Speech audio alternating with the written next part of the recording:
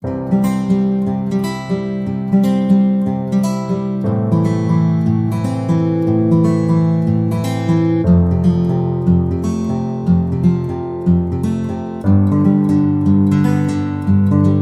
is taking a new shape. The global polity, the economy is changing, taking a new shape. We're having war ranging from Ukraine, Russia last year. We're in a new phase of war, and this is going to really impact the world drastically. I need to go back to the history of how the issue between the Palestine, precisely Hamas, and Israel, how they started. The Israel 1947, they began to migrate down to the location right now, which is called the Jewish land. They regard it as the promised land. And then you have the Palestine then, and they had to expel over 750,000 Palestine. However, I don't want to take too much of our time in that regards. Ever since then, they've been having issues. I mean, saying this place belongs to us, this and that. They've been fighting on migration and expulsion of those land. They started, the Israel provoked the Arab nation, precisely the Palestine, when they declared the independence in 1948, that they are now an independent nation. It was the United Nations, and with the support of with the initiation of the British, who felt that they needed to create a two-state system in that region, meaning that the Israelites are going to take some path, and the Palestinian state, meaning that there's going to be a Jewish state, which is going to be called the country called Israel, and another place called the state of Palestine. The Arab nation told the Palestine not to accept that two-state system, that they own that place and the Jews needed to leave the place. The United Nations insisted on that, and the Jews were able to mobilize themselves. However, the Jewish nation, which is the nation of Israel, got a lot of support from the Western world, the Europeans, and precisely the Americans. They were able to develop their military as quickly as possible. They were able to build up their agricultural sector and economic sector. They began to become a productive nation. They began to trade with other nations. They began to develop their agricultural nation, which they are well known for that. Their first prime minister is called David Ben-Gurion. He realized that he needed to develop the nation, and they did that. 1967, they were invaded. They were attacked by 5 neighboring countries: the Lebanon, the Iraqi, the Syrian, and the Jordan, Egypt. They all came together and felt that they needed to create a state for the nation called Israel. However, this was for the nation called Palestine. Before the battle they invaded, it is called the 6-Day War. Unfortunately, the attack was unprecedented surprise. Israel never expected it, but they rose to that attack. The people prepared so much because then they were relying so much on the Russian Soviet military equipment, because they were very effective then. Don't forget, just less than 2 years, we just finished the Second World War. And less than 20 years, we just finished the Second World War. And we all know the impact the Soviet technology was able to make in resolving the Second World War. So they relied so much that they accumulated it, because don't forget, you talk about countries like Iran, Iraq, they were so rich, they have the resources and capital to fund such wars. Now we migrated down. 1967, after all this war was stopped, and the United Nations stepped in, and so many other countries stepped in and began to dialogue to create peace. Because, I mean, I feel that the Palestine and the Arab nation went in there with cutlass, but Israel met them with sledgehammers. They had a lot of casualties, and they had no choice than to retreat and to come back to the settling table. They were there to start doing dialogue. I think from then, Jordan, Lebanon, and Egypt precisely decided that they were not going to have issues to get themselves involved in the crisis of Israel. They realized that they were not supposed to be involved in this Palestinian war against Israel, because Egypt felt so hard. They felt the impact. They were swiftly attacked. They were demoralized. They were demobilized. Israel sent attack troops there. They began to attack them, and they were having a plan. In fact, there was a time the president of Egypt, by the time he was speaking with the general, by the time he rose up, he saw thousands of armored tanks rolling down, and he needed to sign a peace accord with Israel. I think that peace accord is still existing to date, and Egypt has power not to get involved in this. That was in the end. There were several wars. Then they set up what we call the PLO, the Palestinian movement. They began to build up, and like a party, like they wanted to fight for the independence of the Palestine. Yasser Arafat was there, and they were also given a guerrilla system of war. But in 1987, another group came up, which is now called the Hamas. They felt that this guerrilla war wasn't enough. Let's give the Israelites a real confrontation. Let's sweep them off the map. Let's take over the land. Because don't forget that in 1967 war, that was when the Israelites took over the West Bank. They took over the present Gaza. They took West Bank from Hamas, and from Jordan, and they took from Lebanon, and they took the Gaza Strip from Egypt, the Golan Heights. So when you look at all that, it's now moving down to this present day. And in 1987, the Hamas was fully fledged. They came in a deceptive way. Maybe that's another topic for another time, where we have to talk about how Hamas emerged and how Israel unconsciously financed or supported Hamas to become the beast that is really fighting them today. But what I want to talk about the present crisis today, and I will subsequently be going back to tell us history, the historical perspective of all this crisis. On Saturday they came. Early in the morning, when they are celebrating, you went to attack harmless people. And that's why I'm so surprised when I listen to media, particularly Al Jazeera. They are very biased. A lot of people have been biased all over the world. I'm not taking side, I'm speaking as an historian here, not as a politician.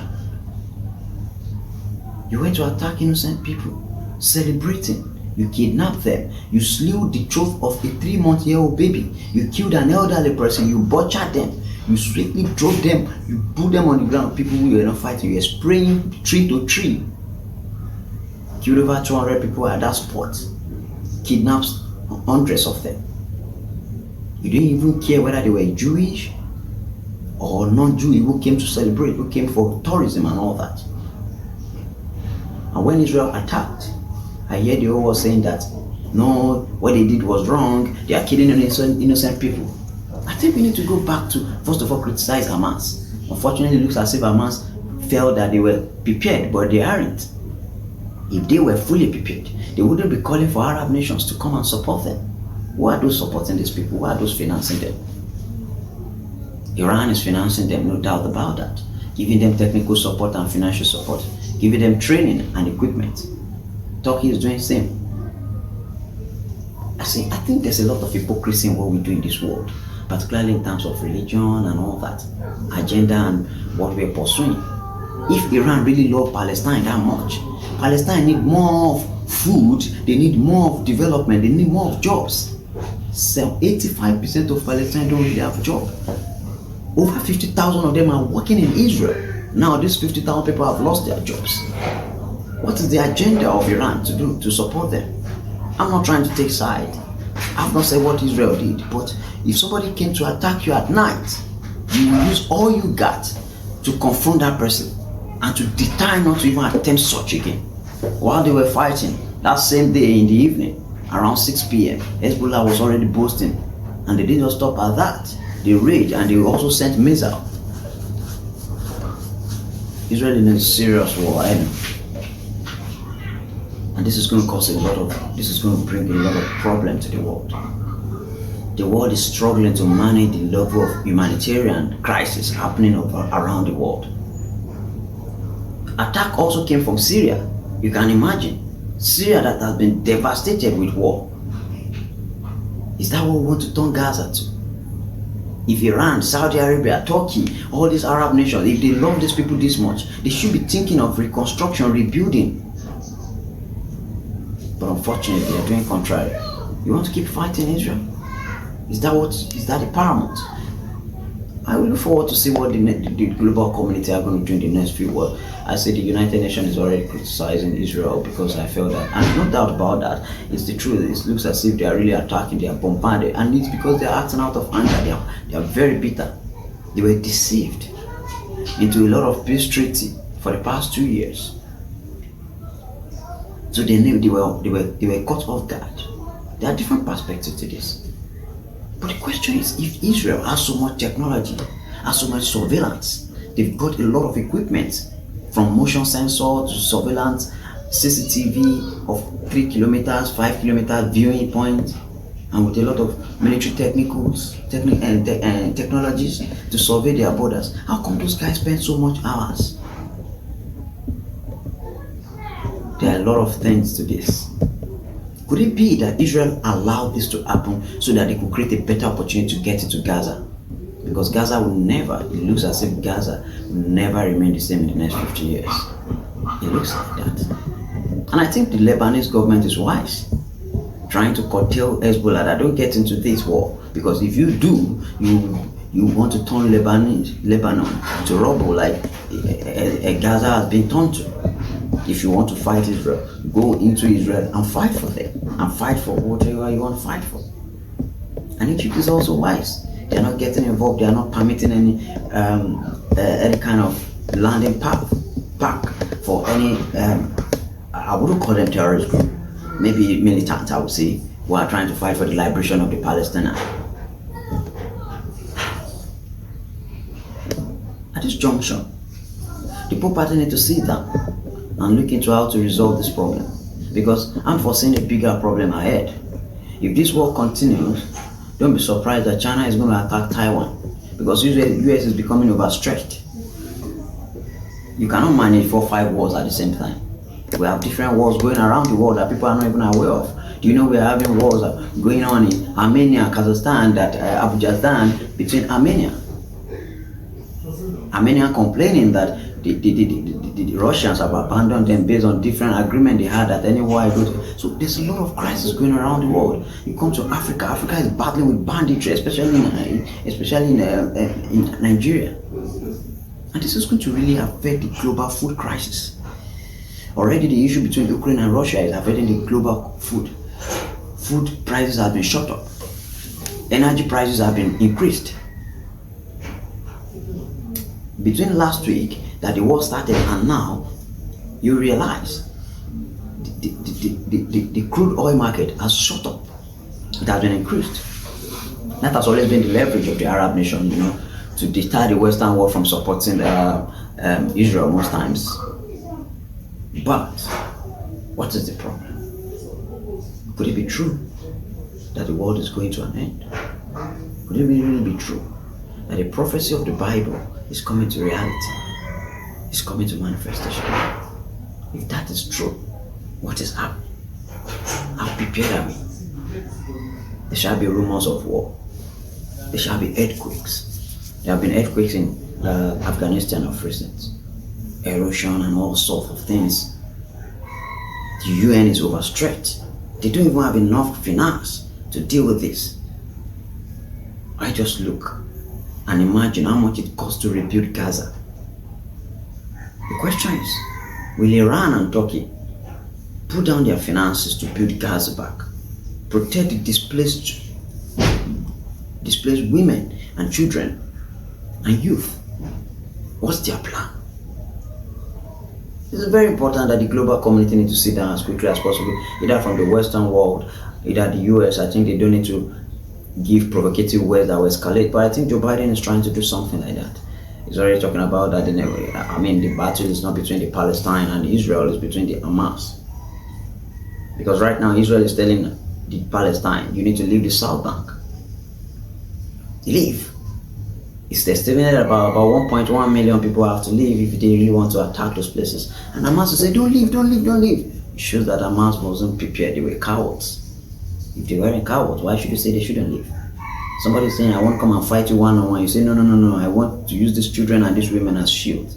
They know what they are doing. They know that as long as those people are there, people will keep deterring Israel from penetrating or coming in, invading their country.